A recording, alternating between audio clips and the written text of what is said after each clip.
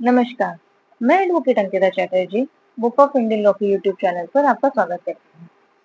हमारी पिछली वीडियो में हमने ये डिस्कस किया था कि अगर आपको स्पेशल मैरिज एक्ट के तहत शादी करनी है यानी कोर्ट मैरिज करना है तो आपको किन बातों का ध्यान रखना है, क्या प्रोसेस है, आपको किन डॉक्यूमेंट्स की जरूरत पड़ेगी, क्या कंडीशन फुलफिल करने पड़ेंगे और कितना टाइम लगेगा या कितना खर्चा पड़ेगा।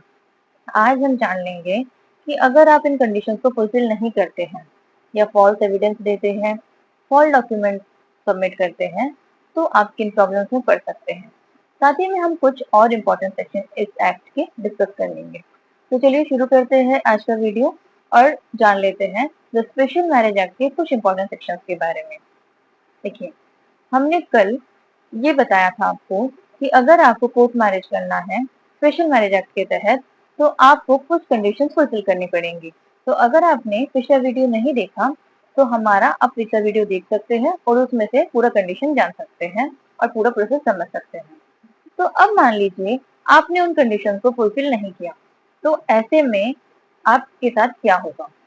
सेक्शन 24 ये कहता है कि वॉइड मैरिज यानी कि अगर पिटिशनर ये पिटिशन दे दे कि जो उनकी शादी हुई थी उसमें कोई कंडीशन फुलफिल नहीं हुआ था जो इस एक्ट में कहा है, और ये पिटिशनर हस्बैंड भी हो सकता है, वाइफ भी हो सकती है, तो ऐसे में आपकी शादी को वॉइड डिक्लेयर कर दिया जाएगा। साथ ही में अगर पिटिशनर ये पिटिशन दे दे कि जो रिस्पोंडेंट है दैट रिस्पोंडेंट इज इम्पोर्टेंट, तो ऐसे में भी सेक्शन 24 के तहत आपकी शादी को वॉइड डिक्लेयर कर दिया जाएगा।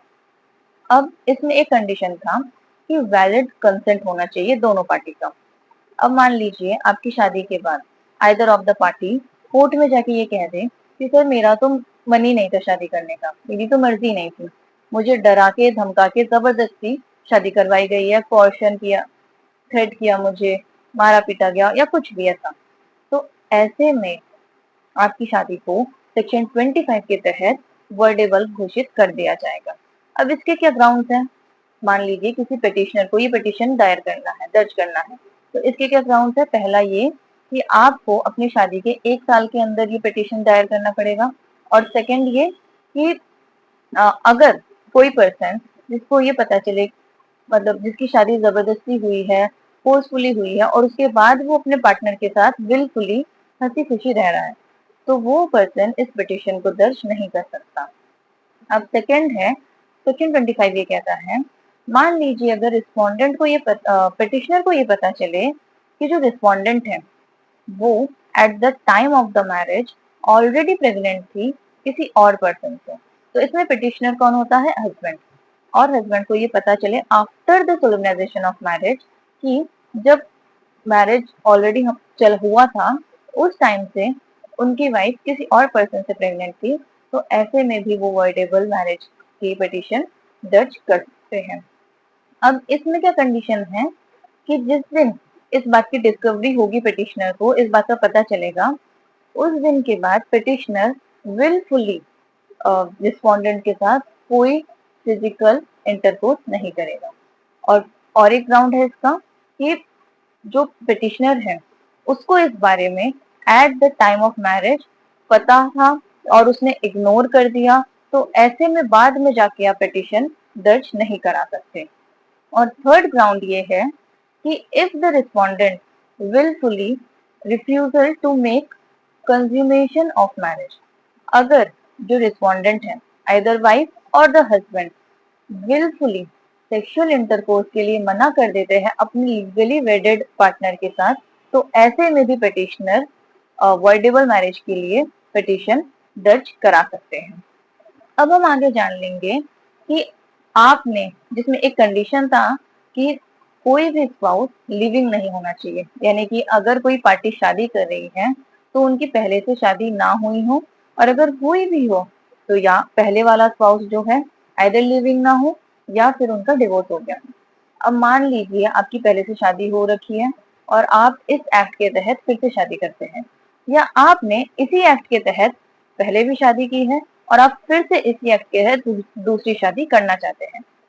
सिंपल भाषा में समझे तो आप बाइगेमी कर रहे हैं, यानी एक स्पाउस के रहते हुए आप दूसरी शादी कर रहे हैं। तो ऐसे में सेक्शन 43 और 44 ऑफ द एक्ट कहता है कि आपको आईपीसी के तहत 494 और 495 में जो सजा दी गई है वो होगी, यानी कि 7 साल या फिर 10 साल की सजा आपको होगी। इसके बाद हम जान लेंगे, अगर आप कोई फॉल्स डॉक्यूमेंट या फॉल्स एविडेंस कोर्ट में यानी मैरिज ऑफिसर को देते हैं तो आपके साथ क्या होगा। तो सेक्शन 45 हमें ये बताता है कि अगर आप कोई भी फॉल्स डॉक्यूमेंट, फॉल्स एविडेंस देते हैं मैरिज ऑफिसर को, तो ऐसा माना जाएगा कि आपने सेक्शन 199 ऑफ आईपीसी के तहत जुर्म किया है और आपको उसी के तहत सजा मिलेगी। अब इसके आगे हम जान लेंगे कि इस सेक्शन में आप डिवोर्स कैसे क्लेम कर सकते हैं। तो देखिए, section 27 of the special marriage act हमें ग्राउंड्स बताता है डिवोर्स के लिए, और डिवोर्स के ग्राउंड्स हैं adultery, cruelty, desertion for continuously period of 2 years. मान लीजिए कि आपका हस्बैंड या आपकी वाइफ आपको कंटिन्यूअसली 2 साल तक आपको छोड़ देती है, आपसे कोई ताल्लुक नहीं रखती है, मतलब आपको अबेंडन कर देती है। थर्ड, अगर रिस्पोंडेंट को ऐसा कोई डिजीज हो जाए जो ठीक नहीं हो सकता, जो फिर से, या फिर कोई मेंटल डिसऑर्डर हो जाए जो ठीक नहीं हो सकता, या फिर फोर्थ, या तो पिछले 7 साल तक आपके जो भी पार्टनर हैं उनका कोई पता नहीं है कि वो कहाँ पर है, आइदर हस्बैंड हो वाइफ हो, पिछले 7 साल तक किसी ने सुना ही नहीं है कि वो जिंदा है या नहीं है, उनका कोई पता नहीं है, ऐसे ग्राउंड्स में डिवोर्स पिटिशन फाइल किया जा सकता है। अब सेक्शन 27 क्लॉज 1A एक ऐसा सेक्शन है, एक ऐसा क्लॉज है इस एक्ट का जो सिर्फ वाइफ को राइट देता है डिवोर्स पिटिशन फाइल करने का। अब इसके क्या ग्राउंड्स हैं। पहला, अगर husband is been guilty of sodomy, bestiality या रेप।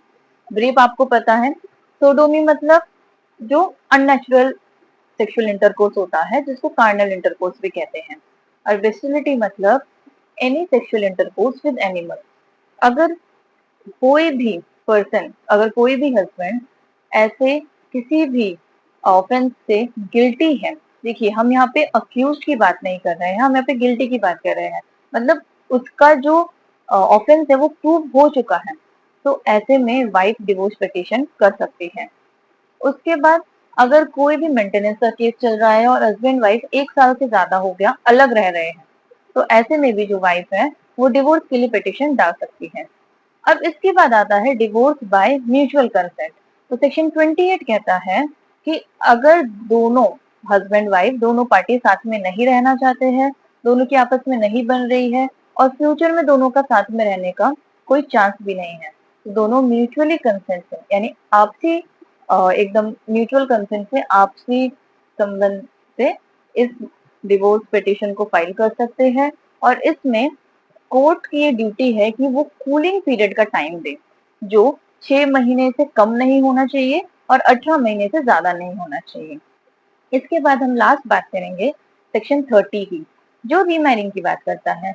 अगर इस, मान लीजिए आपकी इस एक्ट में शादी हुई हो, इसी एक्ट में आपने फिर से डिवोर्स ले लिया है और इस डिवोर्स से आपका कोई भी अपील बाकी नहीं है, और अगर अपील है तो वो डिस्पोज हो चुका है, तो ऐसे में आपके पास राइट है कि आप इस एक्ट में या किसी और भी एक्ट में फिर से शादी कर सकते हैं। तो आई होप आपको आज का वीडियो इन्फॉर्मेटिव लगा होगा। Thank you. जय हिंद।